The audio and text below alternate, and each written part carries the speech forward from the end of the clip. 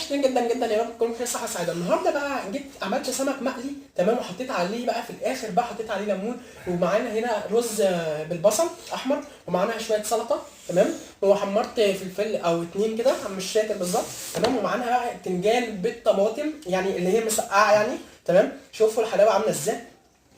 تعالوا نقول بسم الله الرحمن الرحيم. سلام يا سلام. عشان خاطر جمهوري وعشان خاطر متابعيني وحبايب قلبي اعمل لهم اللي هم عايزينه، واحلى مسقعه مع احلى جمهور.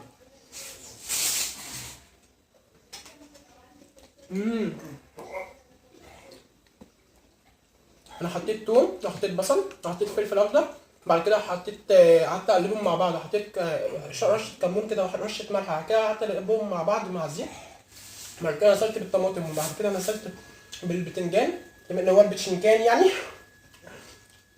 وبعد كده قعدت اقلب لحد لما طلع معايا الطبق ده.